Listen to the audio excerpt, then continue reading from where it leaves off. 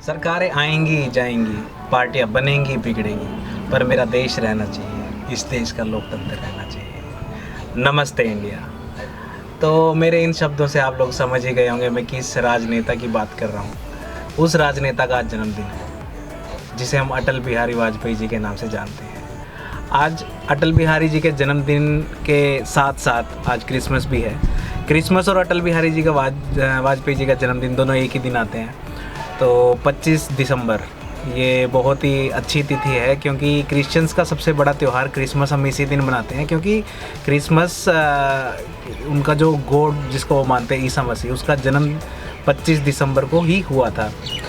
और हमारे जो भारत के सबसे बड़े राजनेता हुए हैं आज तक, अटल बिहारी वाजपेयी जी, उनका जन्म भी 25 दिसंबर 1924 को हुआ था। 1924 में मध्य प्रदेश के ग्वालियर में जन्मे अटल बिहारी वाजपेयी जी बड़े ही लोकप्रिय नेता रहे हैं। उनके कवि होने के साथ साथ राजनेता और उनके बोलने की जो क्षमता थी उसका हर कोई मुरीद था। उनके पार्टी के कार्यकर्ता, उनके सहकर्मियों के साथ साथ उनके अपोजिशन के भी जितने लीडर थे उनकी तारीफ़ करते थकते नहीं थे। यहाँ तक कि एक बार तो जवाहरलाल नेहरू ने यह तक कह दिया था उनकी स्पीच सुनकर, ये इंसान आगे जाकर भारत का प्रधानमंत्री बनेगा, और हुआ भी यूँ ही। उसी कांग्रेस पार्टी को हरा कर 3 बार प्रधानमंत्री रहे अटल बिहारी वाजपेयी। उनकी जो शख्सियत थी उनसे हर कोई वाकिफ़ है। किस प्रकार उन्होंने जनसंघ की स्थापना की, किस प्रकार उन्होंने बीजेपी को एक नई पार्टी की तरह उभारा, निखारा, और उसके बाद कहाँ तक किन बुलंदियों तक ले गए आज किसी से छुपा नहीं है। बीजेपी के गठन के बाद कहाँ 2 सीटों पर, एक लाल कृष्ण आडवाणी और एक अटल बिहारी वाजपेयी जी जब एक बीजेपी के नई पार्टी को उभार रहे थे, तो 1980 के दशक में जब कभी इमरजेंसी लगी थी, उसके बाद सिर्फ 2 ही सीटें ले पाई थी बीजेपी, जिसमें से एक सीट वाजपेयी जी ने खुद निकाली थी। उसके बाद का पार्टी की प्रचार करना और पार्टी को एक नई ऊंचाइयों पर, एक नई बुलंदियों के ऊपर लेके जाने में वाजपेयी जी का बहुत बड़ा योगदान है। वाजपेयी जी का ऐसा है कि वो सिर्फ एक राजनेता ही नहीं थे, राजनेता से पहले एक वो सच्चे इंसान भी थे। हमेशा उन्होंने इंसानियत और भारत का जो वजूद है, भारत हमेशा हिंदू हिंदू तब के नाम से जाना जाता है, हिंदू राष्ट्र के नाम से जाना जाता था हमेशा से। तो उन्होंने इस हिंदू राष्ट्र को बनाने में, उसको होल्ड करने में, उस संस्कृति को होल्ड करने में बहुत अहम भूमिका निभाई है।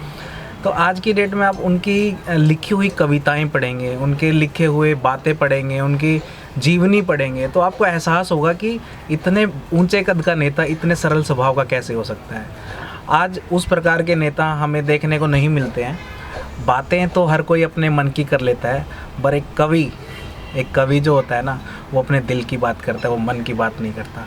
और जो इंसान दिल की बात करता है ना, वो हमेशा ऊपर वाले से जुड़ा होता है, इंसानों से जुड़ा होता है, ऐसे नहीं कि वो सिर्फ अपने मन से जुड़ा होता है। तो ऐसी शख्सियत थे हमारे अटल बिहारी वाजपेयी जी। तो आज उनके जन्मदिन का उपलक्ष्य है, तो उनके जन्मदिन के उपलक्ष्य पे मुझे एक उनकी कही एक बात याद आ रही है। वो बोला करते थे कि ये जो हथियार है ना, ये हथियार हमारे देश की एकता, अखंडता और संप्रभुता को नहीं जोड़ सकते। जो भाईचारा है ना, जो एक साथ रहने की हमारी इच्छा शक्ति है, साथ में एक ह्यूमैनिटी जिसे बोलते हैं, जब तक ये भाईचारा रहेगा, ह्यूमैनिटी रहेगी, तब तक ये भारत रहेगा। वरना भारत कुछ नहीं है। भारत सिर्फ़ और सिर्फ हिंदू, मुस्लिम, सिख, ईसाई, इन सब के गठजोड़ मिला के जब एक संस्कृति बनती है, उसको भारत बोलते हैं।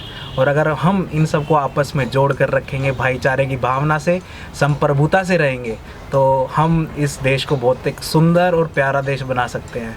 वरना जाते जाते वो एक बात भी कह के गए थे, हम सब ने देखा है कि मॉब लिंचिंग का कितना बड़ा इशू आजकल चल रहा है। तो उन्होंने 2018 में जब उनकी मृत्यु हुई, तो मृत्यु से उपरांत पहले उन्होंने बोला था कि ये जो मॉब लिंचिंग है ना, ये इंसानियत ख़त्म कर रही है। मैंने कभी ऐसे हिंदू राष्ट्र की कल्पना नहीं की थी, जिस हिंदू राष्ट्र के अंदर मतलब हिंदू मुसलमान का दुश्मन हो जाएगा, मुसलमान सिख का दुश्मन हो जाएगा, सिख ईसाई का दुश्मन हो जाएगा। ठीक है, ये भारत एक ऐसा भारत है जो अखंड भारत है, और अखंड भारत की स्थापना की नींव हमेशा अटल बिहारी जी ने रखी है। और हमारे दिलों में वो हमेशा एक ऐसी पहचान छोड़ कर गए अपने प्रति कि हम उन्हें कभी भूल नहीं सकते। और हमारे देश ने 1999 का कारगिल युद्ध भी सहा है, जिसमें अटल बिहारी वाजपेयी जी का बहुत महत्वपूर्ण योगदान था। 13 महीने की जो उन्होंने सरकार बनी थी उनकी दूसरी बार, उसमें उन्होंने पोखरण का भी इतना बड़ा जो परमाणु उसका कर दिया था एक्सपेरिमेंट, वो भी काबिल तारीफ़ था। तो आज की डेट में ऐसे मंत्री, ऐसे राजनेता, ऐसे भारत रत्न मिलना बहुत मुश्किल है। भारत रत्न आप किसी को भी दे सकते हो, बट जिसे आप देते हो ना भारत रत्न, वो उस काबिलियत का भी होना चाहिए। अटल बिहारी वाजपेयी जी का विकल्प आज की डेट में हमें कहीं नहीं मिलता है, और हमारे बीच नहीं रहे हैं, लेकिन वो हमारे दिलों में आज भी जिंदा है। तो यही था हमारे अटल बिहारी वाजपेयी जी के जन्मदिन के लिए। सो बहुत बहुत बधाई उनको। इसके बाद हम बात करते हैं क्रिसमस की। तो आज क्रिसमस का भी दिन है। तो क्रिसमस क्यों मनाते हैं हम लोग? क्रिसमस क्योंकि ईसा मसीह जो क्रिश्चियंस हैं, सो क्रिश्चियंस का सबसे बड़ा त्यौहार एक यही होता है, क्रिसमस होता है, क्योंकि इनका जो गॉड है, तो ये बोलते थे कि जो क्रिसमस जीसस क्राइस्ट है, जीसस क्राइस्ट का बर्थ इस दिन हुआ था 25 दिसंबर को, इसीलिए they celebrate as a Christmas. तो अब हम देखते हैं भाई, हम क्रिसमस में क्या करते हैं, हम कैंडल्स लगाते हैं क्योंकि उसका जन्म हुआ था। उसके साथ साथ सेंटा क्लॉज, और उसके बाद हम घर क्रिसमस ट्री लगाते हैं, गिफ्ट लगाते हैं, और ये सब एक कल्चर सा बन गया, एक ट्रेंड बन गया। अगर आप हमारी संस्कृति देखो, जैसे मैंने भी लगा रखा है, ठीक है, अगर देखो ये देखो छोटे छोटे गिफ्ट लगा रखे हैं। एक्चुअली क्या है, ये कंसेप्ट बन गया है।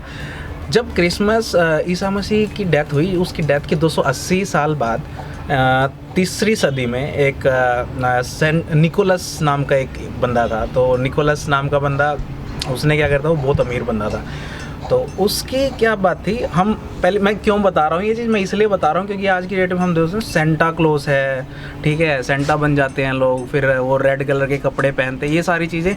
तो हमें पता नहीं होता कि हाँ, हम ये सब करते क्यों हैं, ये सारी चीज़ें आई कहाँ से लाइमलाइट में, ठीक है। तो हाँ, ये सारी चीज़ें आई कहाँ से, तो एक ना निकोलस नाम का एक बंदा था, जिसका जन्म 280 साल बाद हुआ था इसके क्रिश्चियन की डेथ, जीसस क्राइस्ट की डेथ के बाद, थर्ड उसमें सेंचुरी में। तो उसमें क्या हुआ था, वो बहुत अमीर था, उसे लगता था कि यार ये जो लोग गरीब हैं वो ह्यूमैनिटी को बहुत ज़्यादा फेवर करता था। He was more incline toward like humanity. तो उसने क्या किया, जो भी गरीब लोग होते थे जिसको जिस चीज़ की रिक्वायरमेंट होती थी, तो वो 25 दिसंबर को क्या करता था, उनके चेक करता था कि किसको किस चीज़ की रिक्वायरमेंट है। तो रात को वो जाता था और उनको गिफ्ट देकर आता था, मतलब बिना किसी को दिखाएं, बिना किसी को बताएं। तो धीरे धीरे लोगों को मतलब इंटरेस्ट जागने लगा कि हाँ हमें गिफ्ट कहाँ से मिलते हैं एंड ऑल दैट।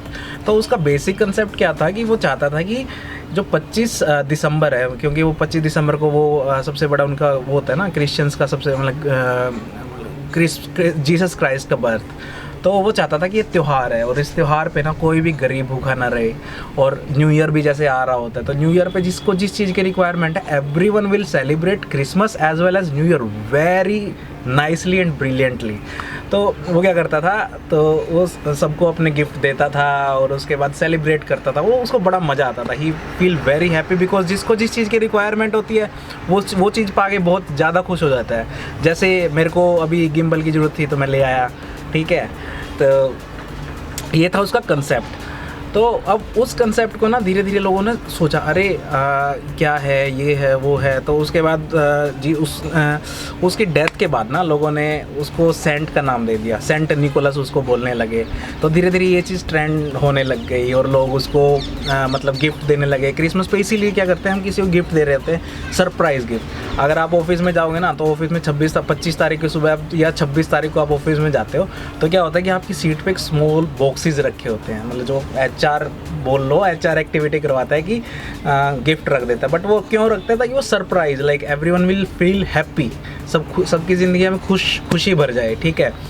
तो फिर आता है सेंटा क्लॉज। सेंटा क्लॉज कहाँ से आया? एक्चुअली जब वो आता था तो उसका सेंटा, जैसे वो जब हम देखते हैं ना कि वो बड़ी बड़ी दाढ़ी होती है उसकी, और फिर वो रेड टोपी, रेड कपड़े। सेंटा क्लॉज एक्चुअली 1822 में देयर इज़ अ मैगजीन जिसमें ना इसका एक जर्नलिस्ट था, एक जर्नलिस्ट था जो स्केचेस बनाता था। तो 1822 में उसने क्या किया, जो एक ना पॉलिटिकल स्केच बना रहा था वो, और एक मैगज़ीन थी जिसका नाम था अ नाइट बिफोर क्रिसमस। तो उसमें उसने एक स्केच बनाया जिसमें रेड टोपी, बड़ी दाढ़ी, एक बूढ़ा इंसान उसने दिखाया। सो वो इतना फेमस हुआ, उसका स्केच इतना फेमस हुआ कि everyone was curious to know like it is Santa. तो वो इतना फैल गया, everyone in the globe, in the world, they appreciated that particular sketch. तो उसके बाद मतलब लोगों ने उसको इमेजिन करना स्टार्ट किया, दे प्रिडिक्टेड एट हाँ दिस इज़ द सेंटा। उसके बाद जितने भी क्या हो गई, जितने कोई ऐड निकल रही है, एडिटोरियल निकल रहे हैं, पेप्सी की ऐड निकल रही है, या फिर क्रिसमस गिफ्ट आ रहे हैं, they are coming similar to that sketch. तो उसके बाद सबके दिमाग में एक इमेज बन गई कि भाई वो बड़ी दाढ़ी और मतलब टोपी लगा रखी है, रेड जैकेट पहन रखी है, तो उससे वो क्रिसमस है, वो तो वो सेंटा आएगा, गिफ्ट देगा, ये वो। बट ज़रूरी नहीं कि कोई भी सफ़ेद बड़ी दाढ़ी वाला इंसान सेंटा और सबको गिफ्ट दे दे, ये ज़रूरी नहीं है। मन की बात ज़रूरी नहीं है, दिल की बात ज़रूरी है, याद रखिएगा। और यही था आज सेंटा क्लॉज और अटल बिहारी वाजपेयी जी के जन्मदिन के उपलक्ष्य में। तो ये तो हुई क्रिसमस की और स्वर्गीय अटल बिहारी जी के जन्मदिन की बातें। I hope you guys are also celebrating his birthday and this beautiful Christmas as well. आप लोग भी बताइएगा आप लोगों ने अपना क्रिसमस कैसे बनाया और अटल बिहारी जी के जन्मदिन पर आपने कैसे सेलिब्रेट किया, क्या किया। आई थिंक फाइनल थिंग मैं यही बोलना चाहूँगा कि hमें कुछ ना कुछ इन महान हस्तियों से और ये भगवानों से सबक लेना चाहिए और सीखना चाहिए कि किस प्रकार हमें पूरी सृष्टि के लिए कल्याण और ह्यूमैनिटी के लिए कुछ ना कुछ काम करते रहना चाहिए, ताकि हर कोई खुश रहे, भाईचारा बना रहे और एकता बनी रहे। नमस्ते इंडिया।